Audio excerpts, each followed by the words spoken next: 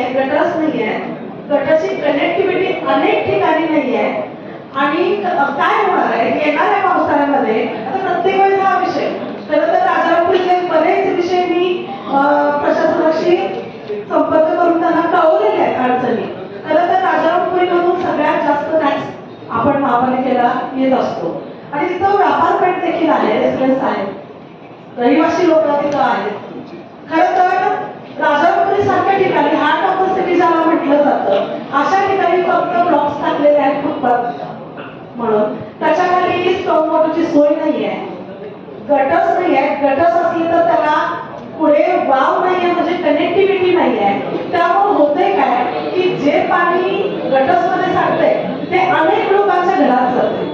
हा गांभीर्याचा विषय आहे, शहरातल्या सगळ्या रस्त्यांचा विषय आहे. अनेक गटर्सला कनेक्टिव्हिटी नाही आहे. आणि खरं तर हे काम आपल्या टेक्निकल लोकांचं, इंजिनियर लोकांचं, ज्युनियर इंजिनियर असतील त्या लोकांचं आहे. आम्ही कोऑर्डिनेटर म्हणून काम करतो.